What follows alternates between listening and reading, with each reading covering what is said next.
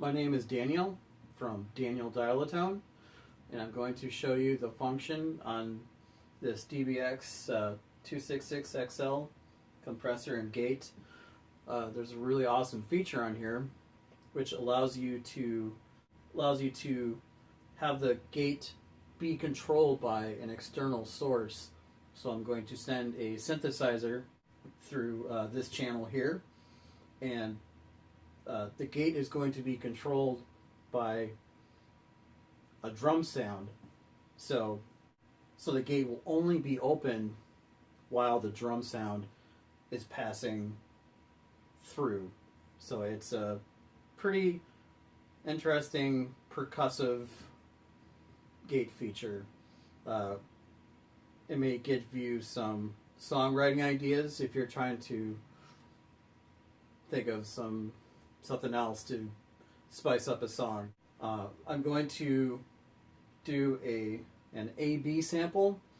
I'm going to record the way this setup sounds in its stock form, but after I've done that, I'm going to go through. There's a few op amps in here that are, these crappy JRC, noisy, just lackluster. I would like to call, I've been using the term Chinese dime store grade op amps, which, almost everything that is made in China these days, these are the parts that they use.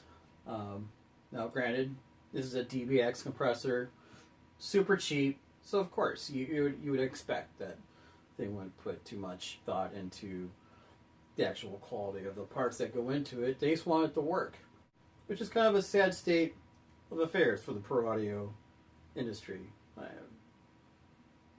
Wouldn't you want all of your products to sound great?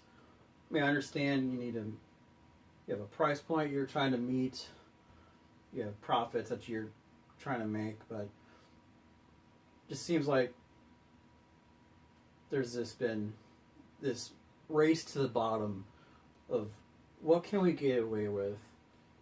How crappy can we make things sound, yet our customers still be, content with how it sounds? Because, I don't know, I would sort of imagine that by now there's a couple generations of pro audio users who they've never heard 2-inch tape machines. So they don't really know what they're missing. They've never really heard great gear, so they just don't know. They read articles and tape op and sound on sound with full page ads that pristine sound and this is a game changer. All these quotes that they're just quotes. They don't mean anything. They give a few into the hands of some well-known recording artist or recording engineer or mastering guy, and they have their thumbs up next to it, but that doesn't really change how a device sounds. It doesn't.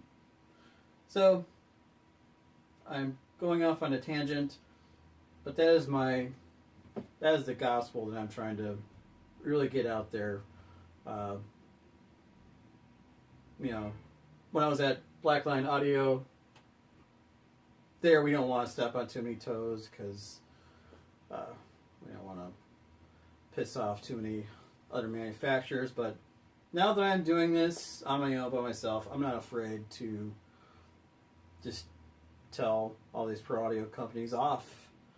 You make really shitty sounding products, and you kind of get away with murder a little bit. I mean, you're not actually murdering anyone, except you've murdered the reputation of what great sounding gear should really be.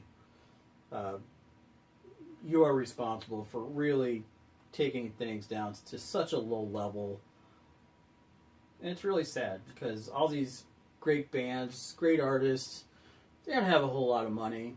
You know, they need the best sounding gear, which will best represent who they are as an artist.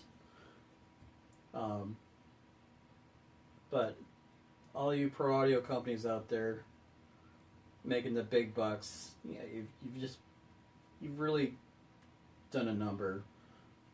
It's pretty sad. So yeah, I'm gonna change out these op amps on here. Just that alone, you'll tell between the two AV samples that I'm going to do that if companies just spend just a few more bucks and maybe take just a little bit more of a hit to their profit margin, they'll actually have really great sounding gear, and they'll actually have ads that are actually truly representative of what they're selling. But, you know, for the most part, unless you're making really great software, if you're just making gear with shitty ass parts, you know, you're just lying to everybody because you're using the same Chinese dime store grade parts that everyone else is.